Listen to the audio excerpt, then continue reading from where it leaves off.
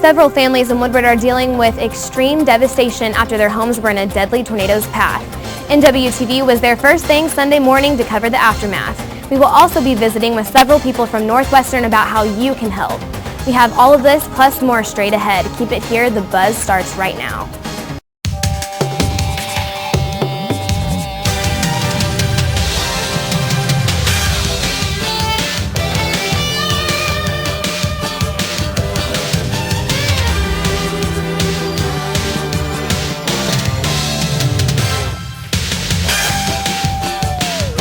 From the NWTV studio on the campus of Northwestern Oklahoma State University, this is The Buzz. Thank you for joining us today on The Buzz. I'm Chelsea Adams. The Woodward community has been struck by a deadly tornado. Channel 7 was able to accompany me on a trip to Woodward to get first-hand look at the damage. Elaine Adams lived in one of the many neighborhoods that were affected by the tornado, and we have more. One of the Elks guys said, don't go anywhere because it's on the ground out west of here.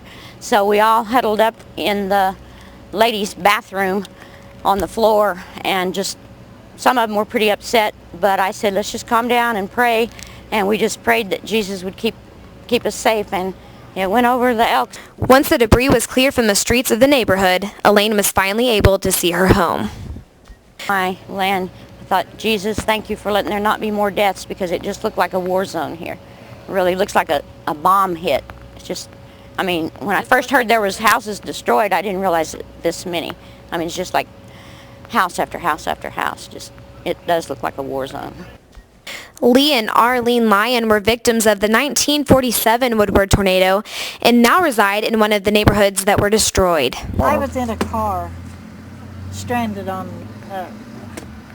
8th and Webster, and my mother had gone to the theater to pick up my brother and my sister. I hadn't gone with them because my mom was scared, so I was scared. So I stayed home with her. But we went to pick them up, and as we was coming back across the tracks, she said, "Kids, I hear a train." And we got across the tracks, and there wasn't a train. It was a tornado going through. Lee was a patient recovering from an operation at the Woodward Hospital when the tornado hit. I woke up, I went to sleep and woke up, and there was a little baby at the foot of my bed, a man and a woman on the next bed to me, and 2 kids underneath that bed, and then this kid on the bed across the room from me, and a kid underneath there. And when they took me out, they had people on that porch. You had a wraparound porch all the way on the west side of it, clear around the north side there. That was full of people. The lobby was full of people, and the yard was completely covered with people. The Lyons' home had no serious damage.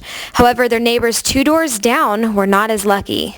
And then this, we survived the hail the other day, and when this came on, it was just weird. It's bad. Michaela Wynn was heading to their senior after-prom event when she received a phone call from her mother to go home and take shelter just moments before the tornado hit their neighborhood. I literally got out of the car and was just shaking, and I could hear it and feel it, and it was roaring. It was so loud. And we got in, and we just fell down the stairs and got in our cement room, and we could just hear it and feel it, and you know, we didn't know what to do. We didn't have any cell phone service. The radio was out. There weren't any sirens. We didn't even know it was coming until 5 minutes before I got home. And I'm just thankful, you know. We were lucky. We were one of the lucky ones. After touring the destructed areas, Governor Mary Fallin declared a state of emergency Sunday for Woodward County. I really think that it is going to be an eye-opener for Woodward, and, you know, it's totally different when it's your town. And, you know, I think that seeing the support that Woodward has shown to each other, to people they don't even know, you know, I think it's going to bring us closer than we've ever had to be before. Woodward Mayor Roscoe Hill said the tornado sirens did not sound. There was a malfunction due to lightning striking the system just minutes before the tornado hit the town.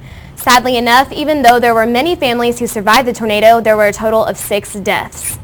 Joining me now is a volunteer from Northwestern. She is an associate professor of theater, Kimberly Wiest. Thank you so much for joining us today. Thank you for having me. First of all, I'm aware that you showed up Sunday morning to help with the damages. Just explain what all you were involved in on Sunday whenever you showed up. Well, Amanda Schroeder, Ashton Gamey, and I went over Sunday morning, and we initially went first to the Red Cross to tell them we were there to volunteer. We ended up filling out a whole bunch of paperwork. There were lots of people coming in and a whole lot of phone calls, and so they were kind of in a waiting stage until the places that had been destroyed were being assessed before they could send out volunteers. While we were sitting there, a lady and her daughter came in. They were from Edmond, and their family members had been hurt in the destruction and had been put in the hospital. They actually were outside of town, and so they didn't have to wait on the city officials to allow anybody in, and so we went and helped them and were able to actually go inside the house and helped pack up china and valuables. We went through and cleaned out refrigerators because there was no electricity, and that's, you know, to save the refrigerator you needed to clean it out, and just helped in that way, moving furniture toward the middle of rooms, just helping in whatever way we could with her. And then about that time there's some volunteers from the community who came in with backhoes and some other rigs and started cutting lumber and moving it to the road, and other people showed up with lumber to cover up windows. It was really a neat experience to see their firsthand community members coming to their aid. Great. So besides that one home that you spoke of, was there any other parts of Woodward that you were able to see the destruction of the tornado or the neighborhoods affected by that? We drove by, but those roads were still closed off and they wouldn't let us in. But it was definitely, you could see some mangled cars, some buildings. You know, always the trees are gone without any leaves, which is so strange. But we weren't able to go actually into the area. So I understand that Woodward is not the only town that you've helped with disaster relief. Explain a little bit about that for me. Last summer when the Joplin tornado happened, I was actually in Washington, D.C. and saw all the recovery starting. And I said to my folks, I was with them on vacation, when I get back I'm going to Joplin. And again, I took Amanda and Jesse Schroeder with me, and I ended up spending a week and a half up there working with Samaritan's Purse, which is another relief organization, which was quite an experience. Of course, we got there a week and a half after the destruction and ended up doing mostly debris removal from homes. So with both of those experiences, was there any difference from Woodward to Joplin that you could recognize? Joplin was just massive. I mean, Joplin was like 300 homes and, you know, 18 to 20 businesses, or if not more. So definitely the destruction's just as bad. People lost their lives as well as their belongings and memorabilia, but Joplin was just really, really huge. Well, I thank you so much for your time and especially for reaching out to the Woodward community. We also have another individual in the studio talking about what all the community can do to help. We'll turn it over to Shailene Jones. Shailene? Thanks, Chelsea. Today we are speaking with Ashton Gamey. She is Northwestern Service Learning Coordinator, and she has been asked to help coordinate relief efforts involving Woodward and the Woodward campus about the recent tornadoes and the effect it had on the community. So, Ms. Gamey, can you just tell us a little bit about what you do and what your job entitles? Okay, well, here at Northwestern as the Service Learning Coordinator, I help faculty and organization sponsors incorporate service learning into their current courses or their philanthropy plans, and then they track the data, and then I collect it, and then we use it for accreditation purposes, and then also submit it to national surveys. So that kind of stuff. Awesome. Well, what have you planned on helping the Woodward community out? What are some ideas that you guys thrown together and need the Northwestern campus to help you guys out with? Absolutely. Okay, so basically what we kind of have going on is it's a very tentative plan. Dates are up in the air. It's been kind of thrown together, but basically I really wanted to do this interview so everyone kind of just got a feel for what we are wanting and what we're needing. First off, I'll say thank you so much. My inbox, my voicemail has been loaded down with messages from everybody, people wanting to donate, everything from clothing to furniture and things like that, and we appreciate it so much. Right now it's still just in the planning phase is what we're going to do. I have 3 separate things. We are planning on taking a group of students, faculty, staff, anybody that wants to go. At the end of today, maybe by tomorrow morning, there's going to be a registration form on the Northwestern website. There will be a Ranger Relief link on the front page, and you're going to need to fill out registration forms through Northwestern, then the volunteer form from the Red Cross, and then once we collect those and we get the approval, we will be going and taking a group over. Tentative dates is next Thursday and next Saturday. It's not official yet, Okay. but every update, every announcement will be sent through mass emails.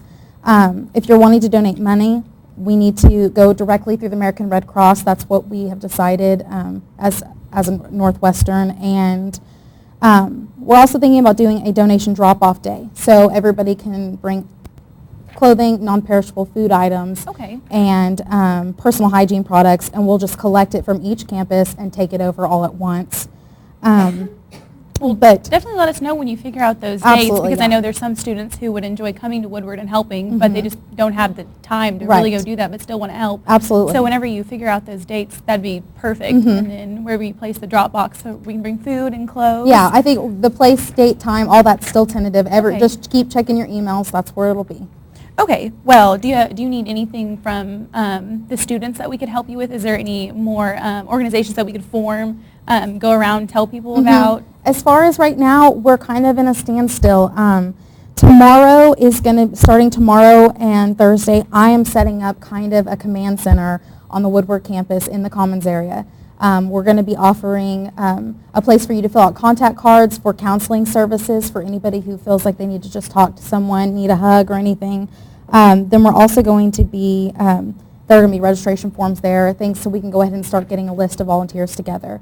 Okay. It's going to be moving really quickly. I know everybody's getting ready for finals and things like that, and Yeah. so we want to go next week, but like I said, just keep checking your email. Now, unfortunately, we come to you when disasters occur and we want to help, but what do you do on your days off when everything has been going fine? What do you do normally? I mean, basically, like I said earlier, just trying to incorporate service learning into courses. Of course, service learning is a little bit of volunteering, but the difference is that the student gets something in return that kind of deals with what their degree is and things like that. They Okay. learn from it. And anyway, so that's kind of basically what I do day to day. Okay, well, that's wonderful that we're planning all this, and anyone from Northwestern who wants to help, you just need to contact Ms. Gamey.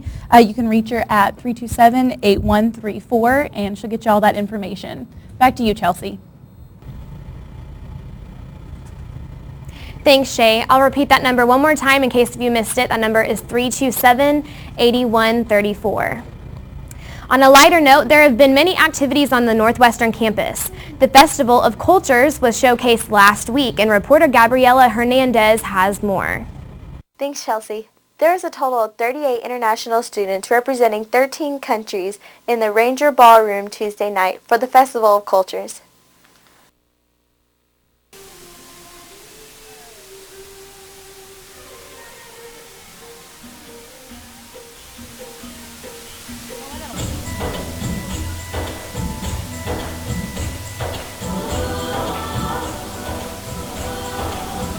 Not only were there performances for each country, but food from the country was also provided.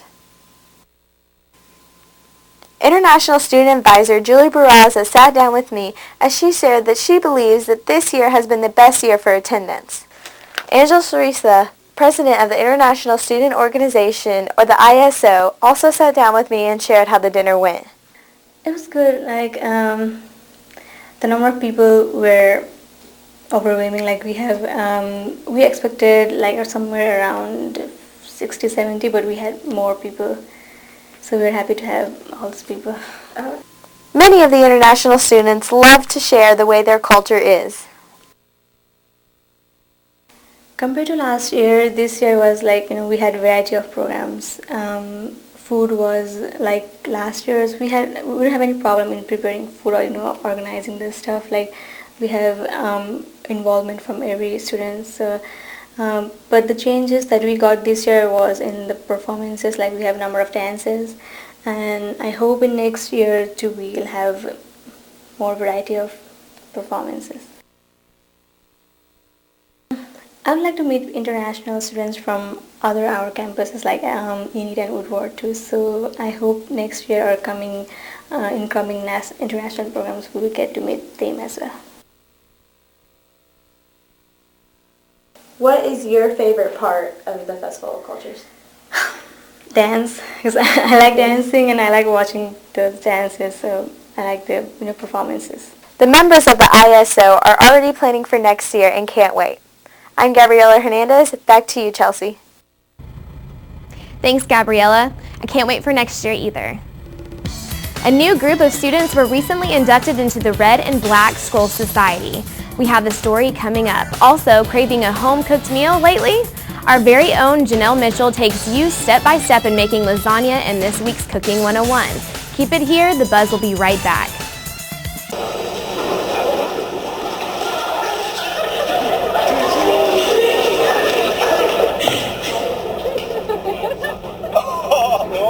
That's slow.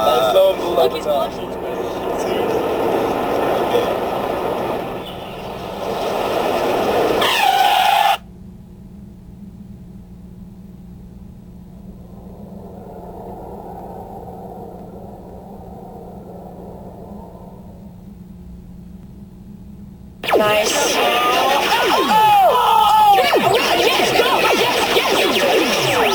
No! Come on!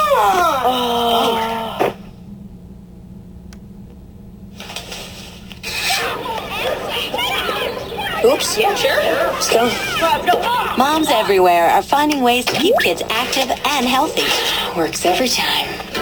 Get ideas, get involved, get going at letsmove.gov.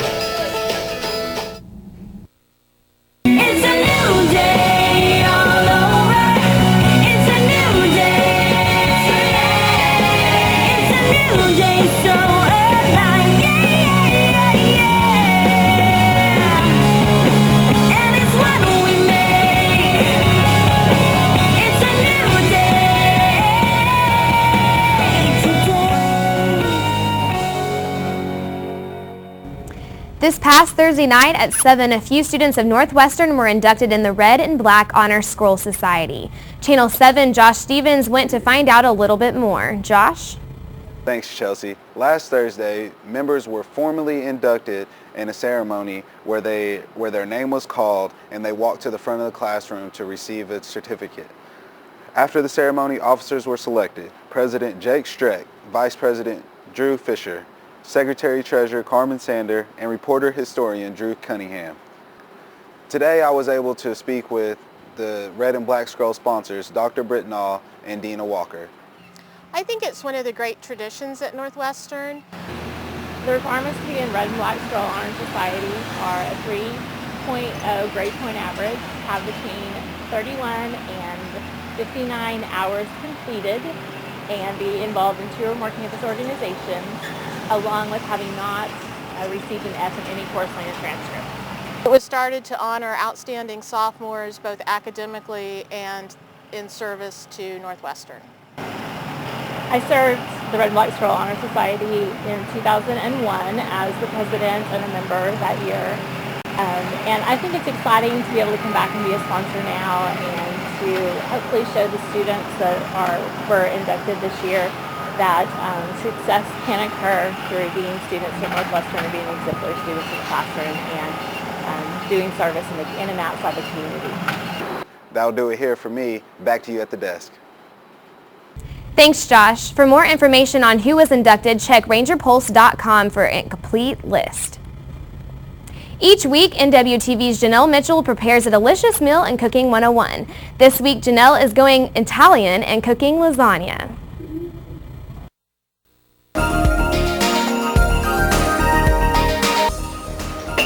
Hello and welcome to Cooking 101. I'm Janelle Mitchell. Today we're going to be making easy 4-cheese lasagna.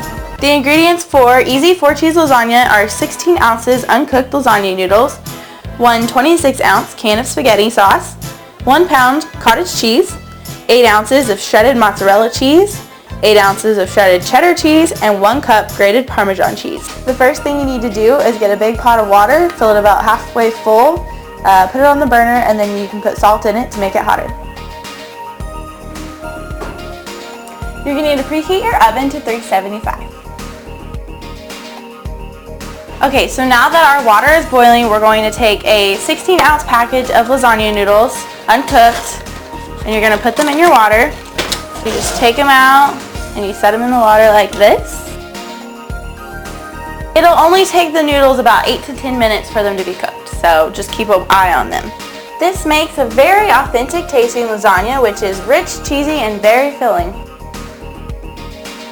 Okay, so our noodles are now done, so we're going to take them over to the sink and we're going to drain the water off.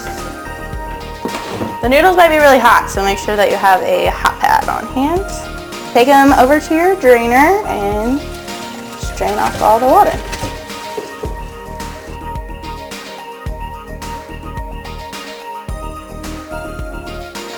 Okay, so since you have to get your noodles and lay them out so that they're straight, so you can put them in your pan, just let them cool off for a second, and then you can take another pan, throw them on there, and kind of stretch them out a little bit once they're cooled down. Okay, so the next thing you're going to do is you're going to add your tomato sauce and some cottage cheese if you want to. I added this into a blender, and you're going to blend it up until they're smooth. So we're going to open up our tomato sauce, and then you just pour it into the blender. Then you're going to open up your cottage cheese, and then you're going to pour it into the blender as well.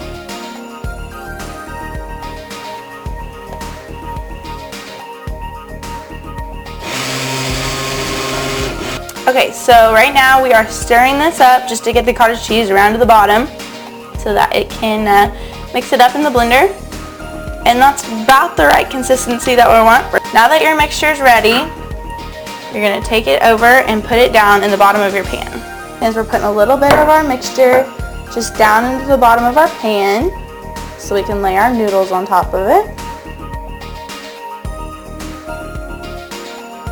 Okay, so right now we're going to make our cheese mixture, which is just mixing all our cheeses together. So we have a cup of Parmesan cheese, and then 8 ounces of our mozzarella cheese. Pour all of it in the bowl, and then 8 ounces of cheddar cheese. So then now what you're going to do with this is you're going to layer it in between the layers of the pasta. Alright, so now we're ready to start layering our lasagna. So you're going to take your noodles and you're just going to lay them down on top of the sauce that you already have in your pan.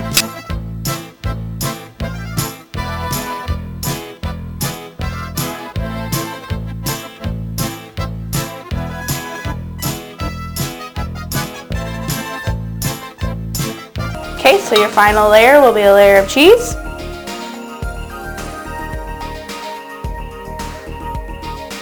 And now it's time to put our 3 cheese lasagna into the oven for 30 to 45 minutes. And that's how you make easy 4 cheese lasagna. I got this recipe from my mom and it's super easy and I know that you're going to enjoy it. So check us out next week for more recipes. So that's it here for me at Cooking 101. I'll see you next week.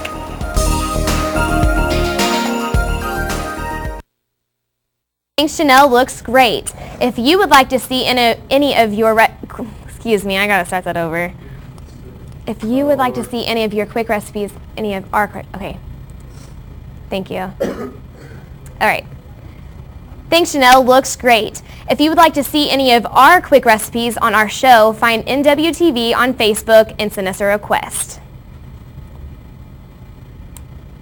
School is coming to an end and there are tons of things going on in these last few weeks. Up next, we'll let you in on what's coming up. Keep it here.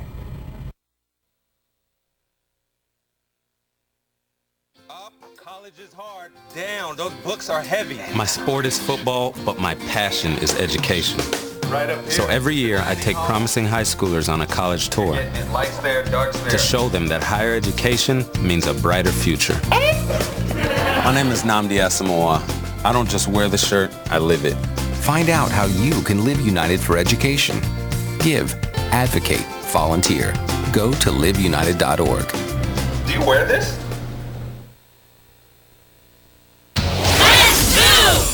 Did you know that getting up and getting active for just 60 minutes a day is all it takes to help you get stronger, look better, and feel great? Or that fresh fruits and veggies aren't just healthier and crunchier, they can taste better too? Eating better and getting more active is easier than you think. Yeah!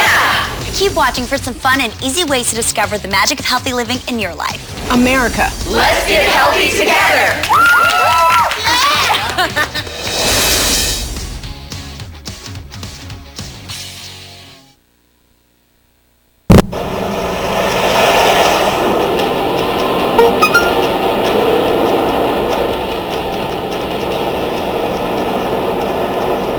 average text takes your eyes off the road for nearly 5 seconds.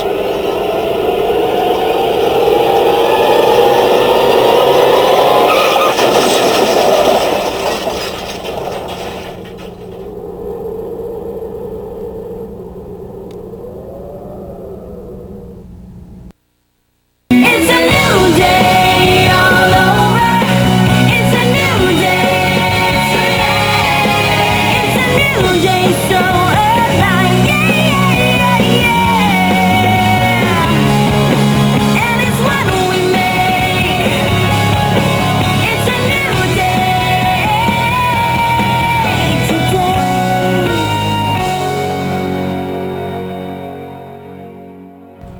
Taking a look at upcoming events for this week, on Wednesday is the 9th Annual Art Show, and it continues for the rest of this week. Thursday is Bahama Breakaway starting at 1 and ending at 4:30 on the square here in town. And also the theater is, the theater department that is hosting the Hiding Place production 7:30 on Friday and Thursday in Harrod Hall. And also Friday is the last day to withdraw from classes and enroll for the fall semester. Saturday, the Ranger baseball games will start at 1 o'clock at Meyer Stadium, and also the Hiding Place will be broadcasted at 2 o'clock in Harrod Hall. So that's all we have for you on this week's show. Join us next week on The Buzz.